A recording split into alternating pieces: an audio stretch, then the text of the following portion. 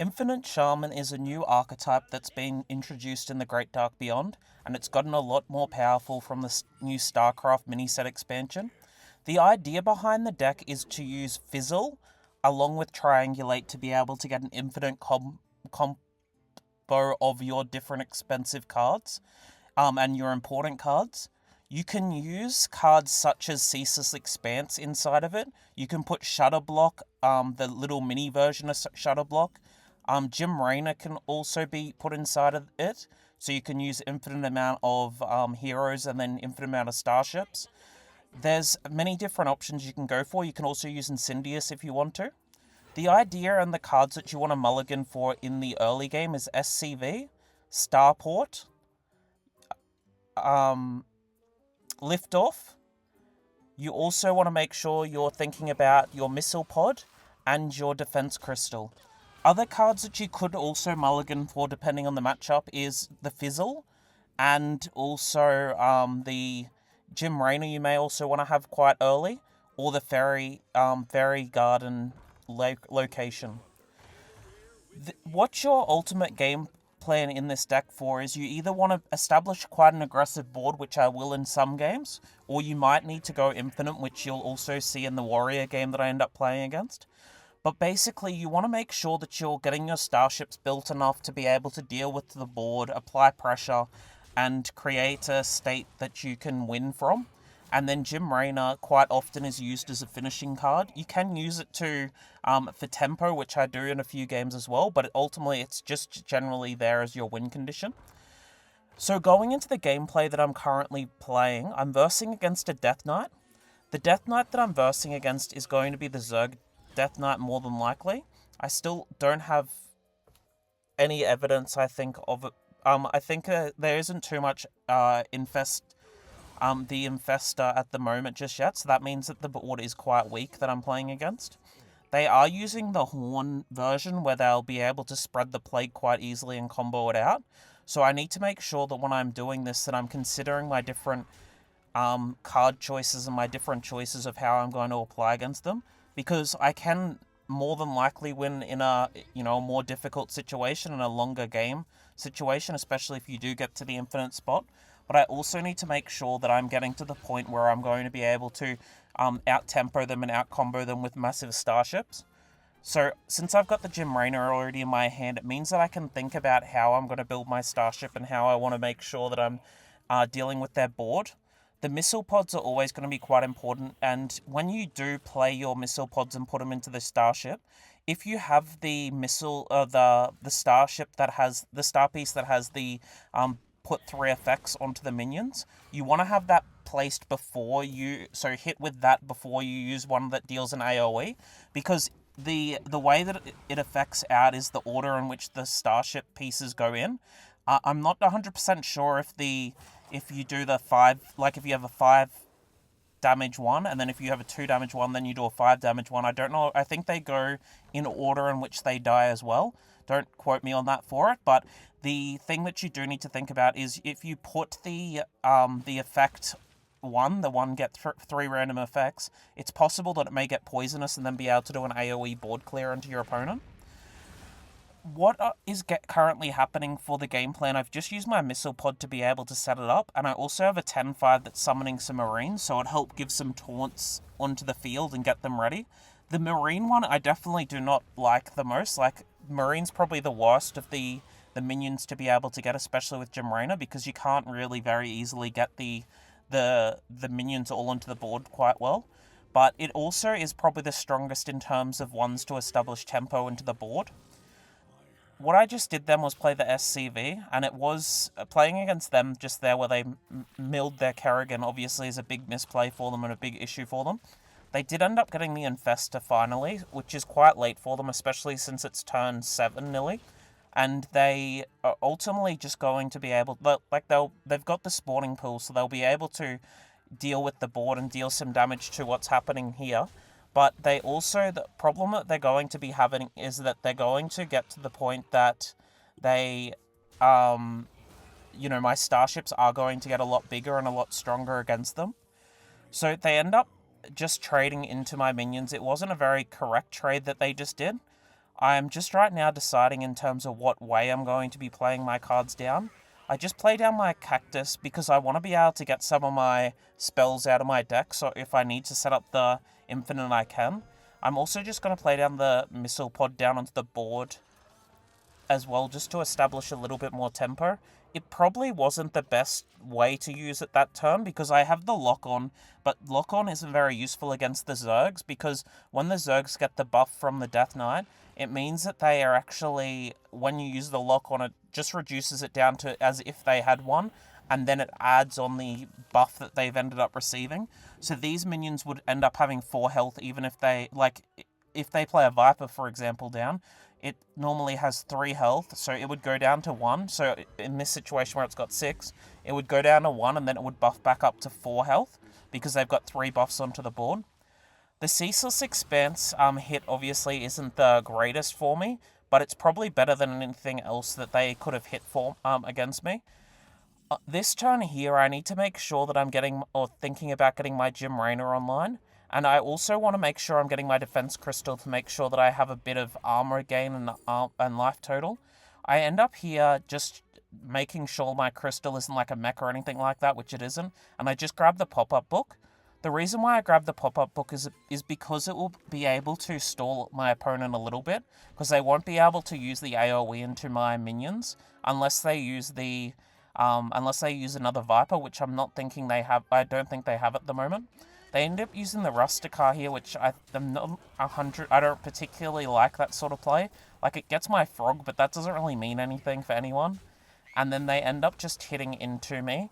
Like, they do get me down quite low using the Lurker that's there, and then they use all the other minions that are here. But ultimately, it's not...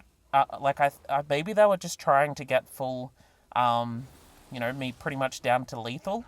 But I do have the missile on my hand.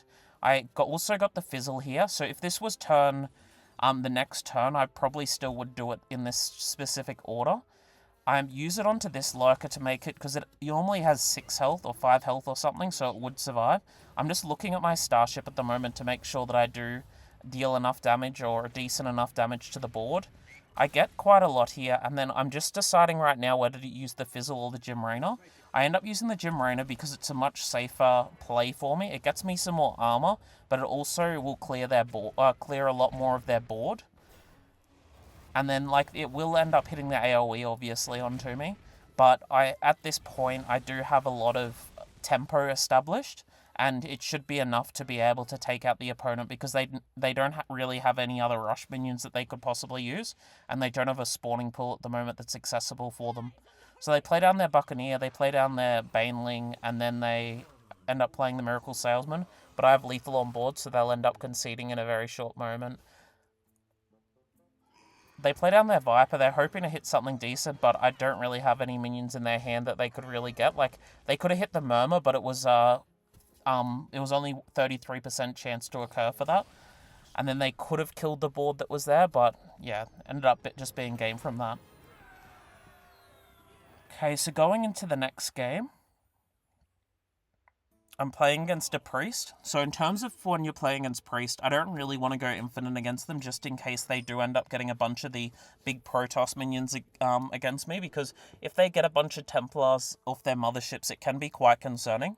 So what I'm thinking of and what I'm mulliganing for here is I'm going to be keeping my... I'm definitely going to keep the location, and I'm just deciding whether to keep the Cutlass and the Crystal, because the Cutlass is decent because it allows you to draw your lift-off, and lift-off obviously is quite powerful, but I end up with the other different options that could come out, it's not really that great, and I'd already have a turn 2 play sitting on my hand. I end up getting a Lock-On, which is a relatively decent card for this matchup, because you're able to use it in combination with your missile pods or your missiles and things to be able to take them out. I do draw into my lift-off here as well, which is fantastic. I activate the location, and then I just pass over to them. Next turn is pretty much certainly going to be Liftoff. It's a very powerful card because it establishes a single minion, like a little token, but it also means that you're able to get the extra 2 cards out of your deck, so it's very powerful. I end up drawing another Liftoff in the Jim Raynor here, so my next turn more than likely is going to be SCV and then Jim Raynor. They have the 3-4 on the field at the moment, which is fine. Like, they can use the charge, obviously, but they're just doing a trade to make sure that I'm, not establishing or pressuring them too much. I do have a few options that I could go for here, but liftoff in general is going to be the best one because it's allowing you to draw more cards and get set up. I also have the SCV, so I use that as well to make sure that I'm filling out my curve as best as possible. Because in this matchup, more than likely, because I hadn't played a priest before, but in this matchup, what I assumed was you'd want to be out-tempoing them, so you want to make sure that you're essentially playing like a mid-range deck against them because they're going to be the more controlling archetype. So what I do here is I just play down my location and get it active, so I just get the minion out from it, and it gets me another one of the good dudes, the ones that give the damage to the board, and then I use my missile pod here to trade into those minions, and I'm just deciding which one I wanted to put into the ship. It doesn't really matter the order for that, I don't think, and then I just go face. It probably was better to not put the 5 damage in first and put the 2 damage in first. They end up using Forge, so it's going to be on the Creation Wellspring, and then they use a Holy Nova, so that clears most of the minions that I have on the field, and then they're using their Creation Protocol, so they'll be able to get something like, a Defense Crystal or a Mothership or something out of their deck. I end up getting a Trusty Companion here, which is quite strong, because I can apply that to my minion, which will then allow me to draw another mech out of my deck. I then use the Cutlass as well to be able to just have a quick look through what I've got. It allows me to get that spell, so I'm just deciding right now whether to use the Triangulate and get the extra buff onto it, which I decide against, because I can launch the Starship here and establish tempo against them, and this should put me into quite a decent position going into next turn if I need to use the Jim Raynor, because with the 10 and 5, if they don't have the Shadow Word Ruin, it's possible that I end up just winning from this board state that's here. They end up using the Thrive in the Shadows, so it could possibly come out through that, but I still have my other 3 minions sitting on the board for them. They end up using another Thrive in the Shadows to search through their deck again, because they're trying to find a way to be able to deal with this board. Like, I've already seen a Holy Nova, and a Holy Nova wouldn't really help them too much in this situation. They use a Bird Watching as well, so that's not really showing me that they have any sort of major way to be able to deal with this board that's here. And then they use Void Rays, so with the Void Rays, they are able to deal with my board, obviously a lot better. And then they use the Hallucination too to be able to get a wider board with it.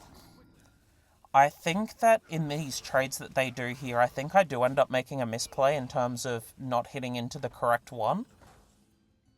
Because I'm pretty sure when I do the trade, I don't hit into the one that has the extra proc damage that I could of. I forgot about the hallucination effect, the one that doubles the damage that's taken by it, and I don't realise until after I do the play. I get the Shadow Block here, and then I'm just going to trade, I believe, because I could deal damage to their face and put me into a different position. That was the mistake there, so I should have traded the 2/2 into the 2/2 into the 5/3. And it would have obviously set me up for a significantly better position, but I forgot that it had the negative effect on it. Obviously, it's important to keep an eye and consideration on the effects of your board state that you're dealing with, because that obviously meant that I have 5 less power onto the board, because they'd have to trade the 2/3/4s into my 5 mana otherwise. So they just do a trade there, and then they just pass. They also lose their Love Everlasting there as well, so that means that they're not going to be able to establish as much pressure. Since I know that I'm not needing to go for Infinite here, I'm just checking for my Jim Raynor to see if that's the correct play. Like, I could have probably waited an extra turn for it, but because I've got a bunch of the minions, I did also forget that I had the Marines here, so it meant that I wasn't able to get the last of the Starships out. It ends up obviously proccing the Starships that are here, and it goes face a little bit, but I am just left with 3 damage that I need to do, and I do have the 3 damage sitting in that Starship that's over on the left-hand side of the board.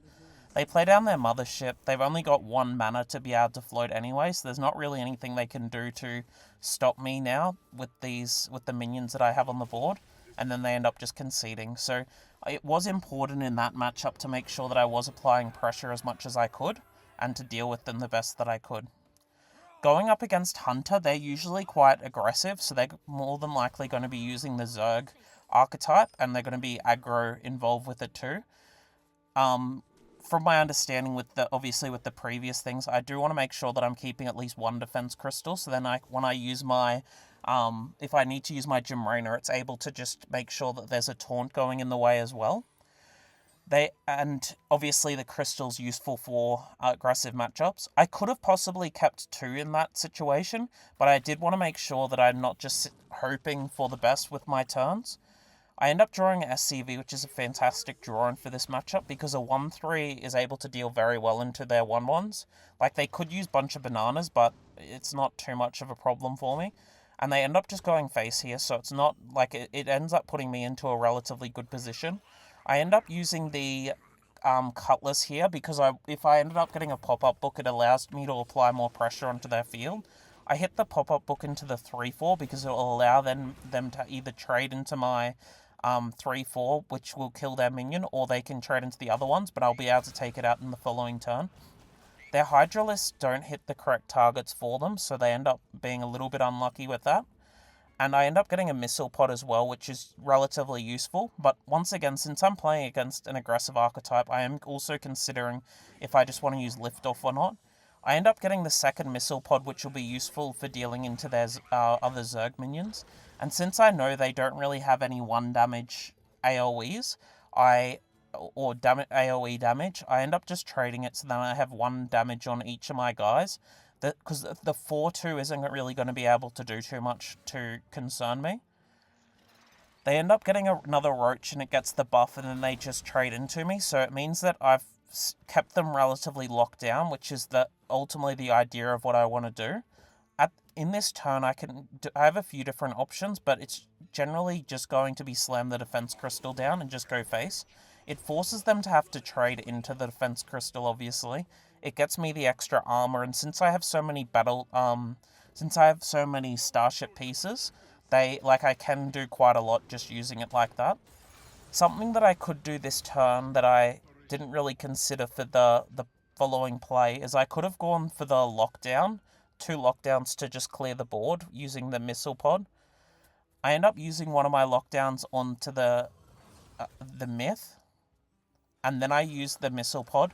I did want to try and apply as much pressure, so it is a little bit of a misplay doing it like that, but it's also not too much of a situation. You'll see that I just realized my mistake just then, because I'm just deciding what best to do, and then I just end up opting just to put a totem down, and since it's a Taunt totem, obviously that's quite a good into an aggressive archetype. But the thing was, if I had used the lockdown on both their minions, it would have made sure the board was clear. But on the flip side, having the extra Missile Pod means that I can use the AoE to take out the Zergs when they end up using the extra buff. And they just end up conceding there, because ultimately I'm got it in a very good position. They've only got a few cards, and I have a crystal that's going to be a Starship crystal that's going to be way too big for them to be able to handle. Going into Warrior, I do know that this is going to be an infinite Warrior, but I do want to make sure that I'm applying pressure to them so they can't just keep building up armor and can't just keep stalling out the game. So keeping Fizzle here wouldn't be a terrible idea, but sometimes Warriors aren't actually running Bombos. So if they did run Bombos, it obviously is an issue. But I'm just judging by the Warriors that are on ladder and things, they are sometimes running it, but not all the time. And I don't really want to just sit with a Fizzle in my hand for the whole game. So I just end up just getting rid of it so I can get other cards into my hand. They end up getting a Starport out, so I can trade quite easily with my SCV.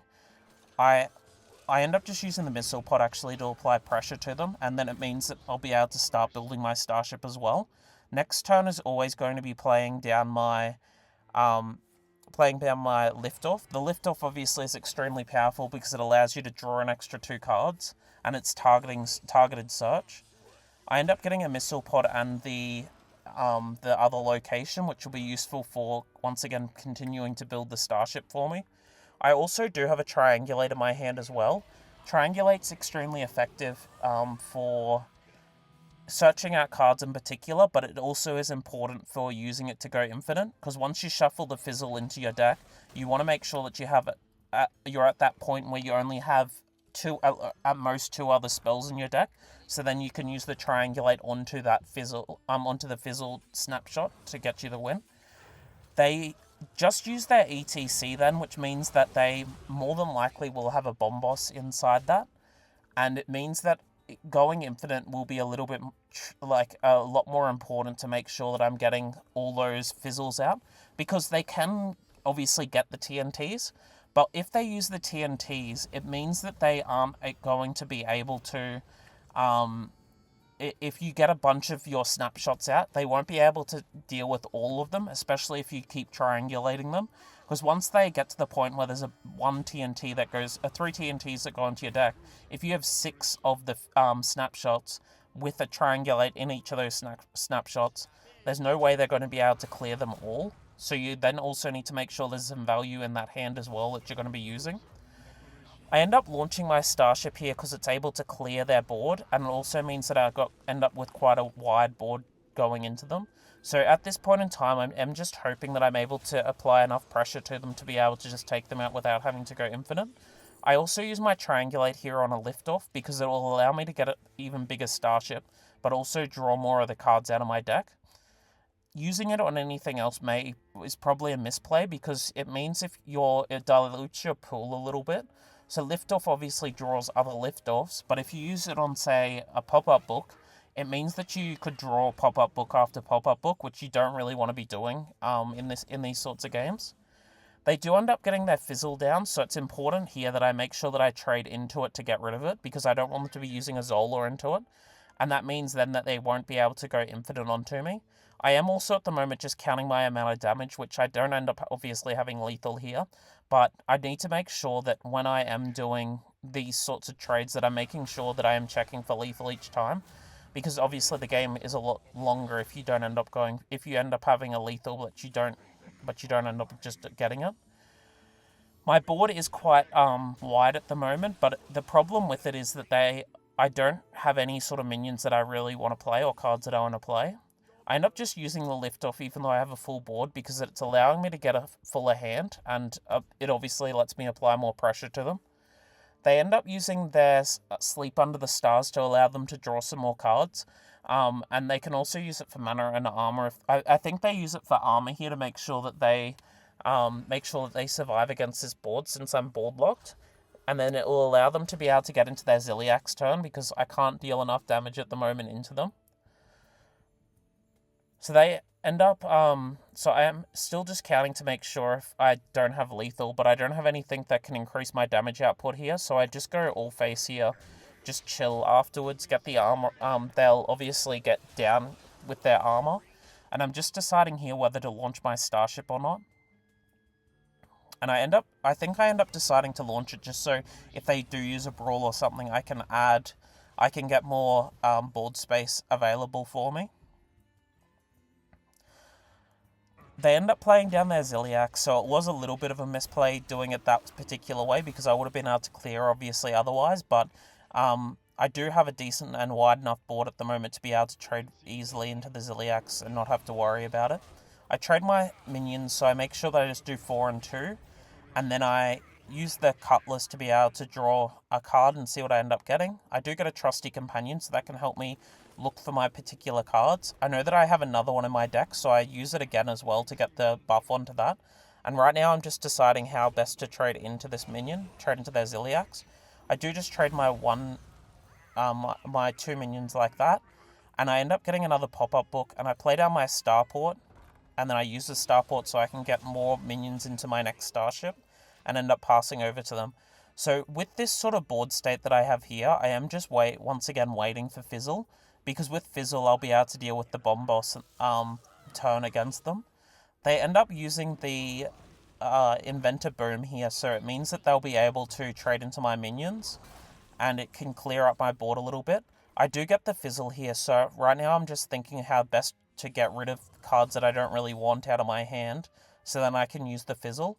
I need to make sure that I'm keeping an eye on my mana as well to ensure that I do have enough mana to make sure Fizzle goes off. I use my lift off here. There aren't any more cards in my deck, Terran cards in my deck. I play down the fizzle here, and then I use a triangulate. So this combo allows me to have, it's going to be 4 fizzles available. So their TNT still at the moment can take out this board, take out my all my fizzles if they did get a bomb boss and then gets all of them, but it's very unlikely in this situation.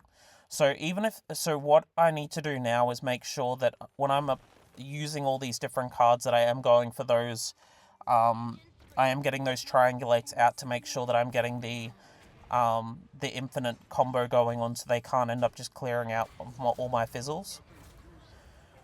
So I get the shutter block here, which is relatively decent, and right now I'm just deciding how best, if I want to clear out my hand a little bit, because they still haven't played their bomb boss, or if I want to get the fizzles snapshot out. Since I had a relatively full hand, I'm not going to be able to use the fizzle this turn, so I'm just deciding what I want to do in terms of applying for it. With the shutter block, it would allow me to be able to get the Jim Raynor out next turn. I do just use the lift off to get another star piece onto the field. And then I play down my defense crystal to be able to get an even bigger star piece out. Obviously, I'm just trying to clear out my hand for the next of my snapshots. And then I hit with the pop-up book into it. And I end up launching the starship as well. It clears the board this way. And it means that I can establish some more pressure against them. Obviously, having the Divine Shield and Wind Fury is very powerful in this situation too. So they end up going into their turn right now. They do have their starports. They end up getting some more minions into their starship. But at the moment, with having the Divine Shield and the Poisonous, is obviously quite useful for me to be able to deal with whatever they end up sending out. They do play down a crystal and a hydration station, so they do have access to their Ziliax as well, once again. And my defense crystal obviously ends up proccing too. So right here, I'm just deciding how best I'm going to trade into them. So I hit into the Ziliax first with my 9/7, because it allows, obviously, Divine Shield into a Poisonous is the best way to do it, especially if you can kill them. Then I end up trading my 1/3 into the 2/1, and then I put my starship into my new pool. Then I just trade the 2/1 going, and I'm just deciding how best my starship's going to apply for it, because if I do end up launching it, I will obviously be wanting to use the AoE for it. I'm also deciding right now whether to use the Titan or not too. And then I also want to make sure that I'm getting my snapshot online relatively soon as well. So getting rid of the pop-up books is also somewhat of my consideration that I'm also planning on doing. I use the fizzle right now to so then I can get my triangulate and get the other snapshots procced. This then allows it so, and then I use my AoE. This allows me essentially to make it so I'm completely full going into whatever I need to. And I also do have another Jim Raynor to be able to deal with the board that they potentially have. I use another one of my pop-up books as well, just relatively aggressively, just to get it out of my hand, because I have a bunch that are going to be coming out of my fizzle. They end up just conceding and just saving themselves some time, because they weren't able to go infinite because they didn't have the Zola, but I obviously had the triangulate combo to be able to do it. They end up playing down the Druid here. So against Druid, it's generally still going to be Dungar Druid. The Protoss Druid seems like it's relatively weak and it's not really doing too much. I do keep the Cutlass here because I want to have a turn 2 play. It could potentially get me something that's quite useful, like a Trusty Companion or something. And I do have my SCV, so I play that down first. SCV is obviously very powerful because it allows you to get your Starship activated a lot easier and a lot quicker. They end up just playing down their Revelation and just passing over to me. I get a Triangulate. I don't really need to use it right now, and I just hit into them. Triangulate, the only card that I really want to be using from Triangulate this early would be Liftoff, because that allows me to draw more cards off it. And obviously it builds towards my Defense Crystal. They're using Bottomless Treasure Chest, so this does make it feel like that I am playing against a Dungar Druid. The previous old one didn't really use this, but using the treasure chest allows them to search for things such as their trail mix if they need it, or innovate if they need all those sorts of things, and then they can get the Dungar off a lot earlier. They end up just trading into me here. I end up just trading into them. I'm just trying to apply some pressure. They use another one of the bottomless chests, and this can be a bit concerning because once again they could try and get the Dungar and things like that, and it allows them to set up for what their Dungar turn a lot earlier. I have a lift off here, so I end up using that, and I think I end up using the pop-up book to make sure that I'm just getting as much of the board as I can. It also means that I'm using my mana the best I can, and I'm, applying a lot of pressure towards them. Going into their turn, they could potentially have Dungar as well, so if they use a trail mix, they can have Coin and Innovate. It allows them to get Dungar. They do play down the trail mix. I don't know why they really need to think so hard about that, because I'm pretty sure if we look into the future into the next part of the game, they do end up having the Dungar, so it's just, I don't know what they were thinking about. They play I play down the Starship location here. I use my trusty companion on one of my mechs. I'm just deciding which one is the best to be able to do it onto. I put it onto this Starship. I could have put it onto the SCV, which may have potentially been the better choice, because ultimately I just want to be trying to get them into the pool. So it probably was better putting it onto my SCV rather than my other one, but having a 4/4 is fine as well. It means that I can, if I need to trade, I can use it just with the stats that are there. Like, I can use it into all the even cards that Druid ends up having. They did get their Dungar at turn 5. Luckily, they didn't have Ziliax. If they had Ziliax, it would obviously be a lot more difficult for me. They end up using the heal, so it means that I now need to just consider what my best choice of play is. I do need to make sure that I'm applying pressure towards them.